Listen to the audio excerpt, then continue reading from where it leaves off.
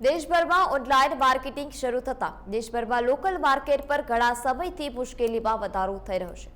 ઉપરથી આ વર્ષે કોરોનાની મહામારીને કારણે દિવાળી જેવા તહેવારોમાં લોકલ માર્કેટને વધુ ફટકો પડ્યો છે।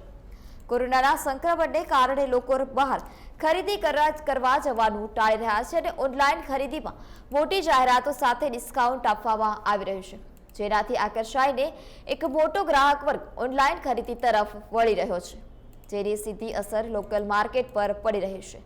ત્યારે લોકલ માર્કેટના વેપારીઓ સરકારને ઓનલાઈન વેચાણ પર નિયંત્રણ મૂકે તેવી માંગ કરી રહ્યા છે।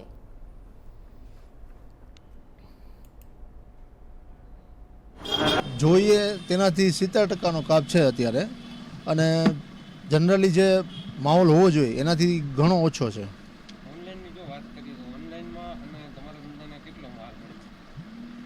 ઓનલાઈનના હિસાબે 50% જેવો તો માર હતો જ। અત્યારે જે આ કોરોના કાળની અંદર 20% એક્સ્ટ્રા લોસ આવે છે, એટલે 70% જેવું લોસ જાય છે। દર વર્ષ કરતાં સાહેબ આ વખત 50% બજારમાં ટ્રાફિક રહી છે। દિવાળીનો સાવ નજીક ટાઈમ અત્યારે જોવા જઈએ તો 4 થી 5 દિવસનો દિવાળીનો ટાઈમ બાકી છે, પણ બજારમાં 50% ટ્રાફિક રહી છે।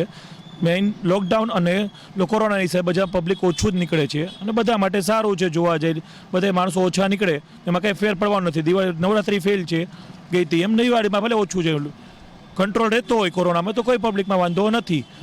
દિવાળી જેવો માહોલ છે જ નહીં બજારમાં જોવા જઈએ તો। ગયા વર્ષની તમે જે ગણતરી જે કરવા જાઓ, અત્યારે 80% ગ્રાહકીનો માહોલ ડાઉન છે। અત્યારે જે જેતપુર ઉદ્યોગ ઉપર જે ચાલી રહ્યું છે એ તમામ ઉદ્યોગ અત્યારે ટોટલ મંદીના માહોલમાં ચાલી રહ્યો છે।